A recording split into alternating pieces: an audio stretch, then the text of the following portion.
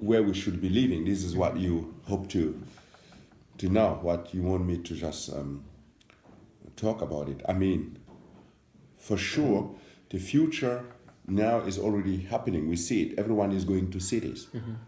So in future, I think the city is going to be very, very crowded. And we have to find a way to make them human. It's crowded. Everyone is fighting. So I think the fear that we lost humanism is very high. The potential that we lost humanism is very high. So I don't know if we could just turn it. Cities are attractive. I think we will not change that process. We cannot get people go to countryside again. I think it will be a mix between science fiction.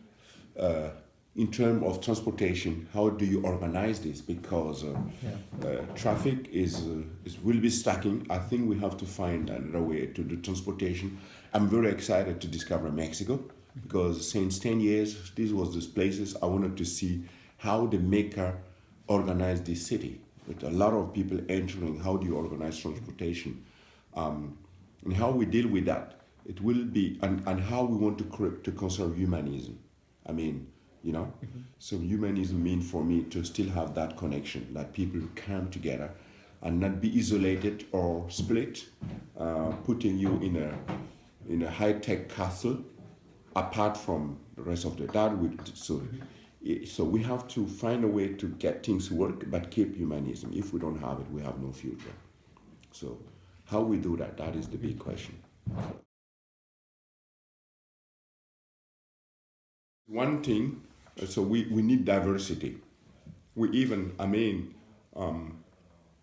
I think if you can inspire, you will push people to go forward really.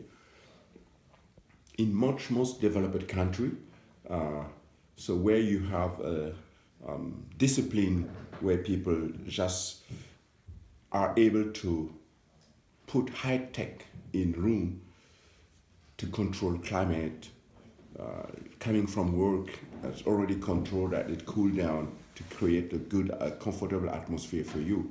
I think that we should not neglect. Just it's part of the world. It's part of living. It will be part of cities, but we cannot copy this everywhere. We know that there is so many people living in the world. You cannot adapt this to make this become what it has to be. And I think even the making and going back to past time and read and discover and translate, you should not do it one by one. For example, if I'm looking to the Canot system in Persia, past time, I could use the way the people was building this housing to create comfort in my buildings in Burkina Faso. So those buildings in remote places work very well because they're well adapted. In some region, you even have no electricity lines. You understand? If you had the money to pay, you had no lines. Or if you do solar, where you could just do that. But I think we need both, but we cannot neglect the fact that if we go back to the past, we could find solution to our world problems today. Now, this is fundamental. We have to know that and have the courage to step back and look at. If not, it will lead us to catastrophe. If poor country start to consume like the most wealthiest in the world, if Burkina Faso people start to consume like a U.S. citizen, you understand that that it's a culture that you have the petrol, you could go and get it somewhere, and it is cheap, and you not learn that it could go tahrir. The source of energy could disappear, one day. Like in Burkina, the country is very poor, and you just create a fashionable box, and you're forced to go and pay a lot of money to cool it down. Then we should resist. We should say, no, that is not the solution for a country like that. We should create something that is embedded in the local culture. So in the surrounding environment, it is hot. You have to have the power to resist and create something that is much more adapted and fit to the social culture. So we should not play with that. That is very delicate. What I hope is that we keep the spirit of absorbing and making it to our own. That is, in some areas, it's getting difficult. If you see food, like fast food, the way it is provided, first, food is elemental. It is united. The way it transforms very fast. That's bigger companies, because they're big, they're able to produce cheap. And then you get to use it, you cannot go away from it. I think that is dangerous. So that is dangerous. But other stuff like fashion, you see that it will not be one by one. So like you get from the US and it's one by one. You will have the touch of the country, the touch of their own culture, which transform it to a new thing in your own culture. So that will work. But in some areas, it's very difficult where you feel it already through the power of how they spread themselves. It's dangerous. I'm talking about food because people get habit that is not in the culture before. Obesity, I don't know if that is a word. We know that in some areas it leads to that. But the way people take music, fashion, and just make it their own is still powerful. And that will still be part of the future, what I hope. But in some areas, I'm very critical. I mean, talking about food, if suddenly in Burkina Faso, normally everyone keep chicken, goats, whatever home.